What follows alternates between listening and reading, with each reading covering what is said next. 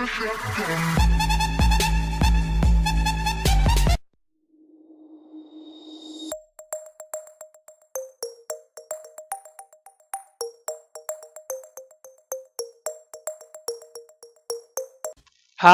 guys, I'm here, welcome to another episode of the Wolverhampton Wanderers career mode here. Today we are at my beloved Everton here. Everton have got a really good team there. Obviously Lukaku can cause some troubles there. They have got Jurovic, a new signing. He signed from Lazio and he's a very good striker in this year's game. Very good at holding up the ball, very good at shooting, very good at heading. He's a very good striker and we will have to watch out for him in today's game. Here, moving into the Wolves team there, our team. Patterson comes in for Errol for right back. That is the only change from our win at Man U. That is for our game against Watford. Earhoff is the only change there, and Patterson comes in for him at right back. That's the only change from Watford here, guys, going into this game against Everton. Everton have got a really good team here, guys, but with Verha start for a chance here. Fantastic ball there, won back by Neves, and pride to Afobe. There's a shot right at Tom Heaton. Tom Heaton makes a good Tom reaches high, or reached for the stars, and made a good save there. Samuel Dossi then runs at the whole pitch, and then has a shot on the hits of the crossbar. Afobe then with a rebound, which straight hit. Basically, Tom Heaton recovers and manages to catch the ball for Everton in that position there. Aaron Lennon, the speedster, then gets into great position, tees it off for Lukaku. Lukaku makes a fantastic save, and Rico makes a fantastic save, but Lennon, what a miss. He could have been in front. But then our goal, Mbolo moved through a fantastic ball to Afobe. One touch, second touch, bang in the back of the net, and literally Afobe's finishing is what makes him such a clinical striker, and how he can be so clinical like he was in the Championship. He was literally so clinical in the Championship. He put every single ball in the back of the net. In the Premier League, he's looking to do well. Connor Hunt's going to go into Mansfield Town for a 2-year loan there, trying to get him some game time there so he can improve back. He's still young, and that's what makes me keeping him at the club. We have a training session here in Bolo, Mane, Neves, Ferro, and Rico, all on the transfer list, on the shortlist for our training here. Moving into Nathan Bryan here. We're going to try and move him on for 800k there. Very good deal there to Charlton. Just trying to get the guy off because we've got Flanagan, Boyanson, Patterson and Earhoff, who are our full-backs at the minute. 2 right-backs and 2 left-backs. Nathan Bryan's not really needed. And McKinley, our second squad, scored 3 goals. He's a very good striker. I rate him in our team. He's a very good player to bring off the bench. And he did, as you see there, guys, get a hat-trick there. They're going to come back with a counter-offer here, but we do, as I do, just to say to Charlton that you can take Nathan Bryan. I don't care. We need to get him out of the club. We're trying to lighten our squad very much, try and bring in new players. We are going back here into 54, something like that. As you go back in here, just looking at all these players here that I'm looking at first in quality. Brooks, I would love to bring in Brooks to the squad. Basically, Brooks and Ben Yedder are the guys I'll probably be looking at to bring in this year for our squad on the contracts list.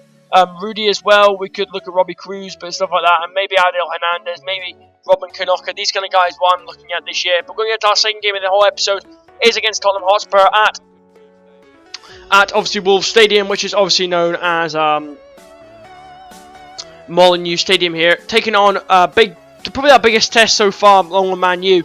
Obviously I've turned it up to world class. This episode, the Everton game was world class. This Tottenham game will be world class, guys, and I'll tell you, I'll probably say to you guys now, if you look at that Tottenham team, there's no one really big there. Adebayor up front, which really could make us basically win this game.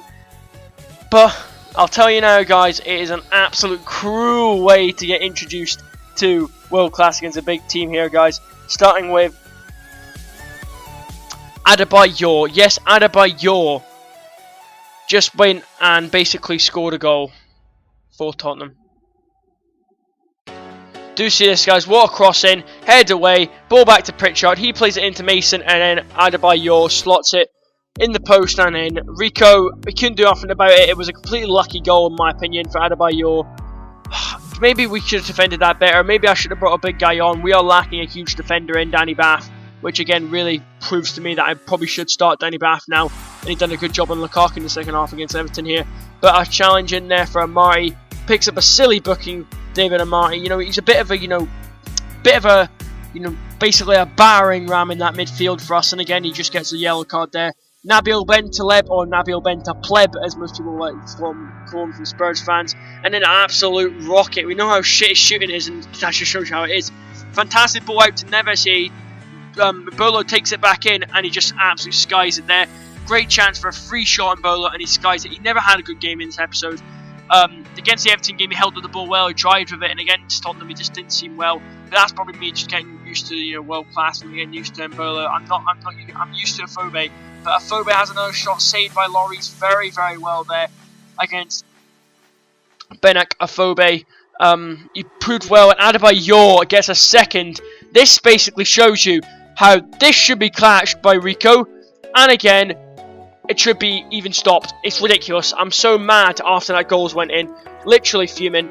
But again, you've got to take that on the chin here. Deadline day here. It's a bit speeded up really thoroughly. I'm looking at a big defender I'm looking to bring in. Nicolas Sula, or someone like a Nicolas Sula, a Johnny Tarr, would do so well at this club to block out big target men. And I obviously don't have that in the players in the squad. But if it does go bad, guys, I know what's going to happen now. I definitely feel like I'll start Danny Bath unless we come up against a big target man team. Talking about, we're talking about Lukaku from Everton, let's say Giroud from Arsenal. These kind of guys, like an Adebayor from Tottenham. I need to have Danny Bath in those games to prove how good he is in these games. And look at our scout future star, Jose Pereira. He could be even 70 before we get him in the squad, which is fantastic because he'll come in and play a decent part in that. Definitely, I think, in our cam position because he could do really, really good damage here.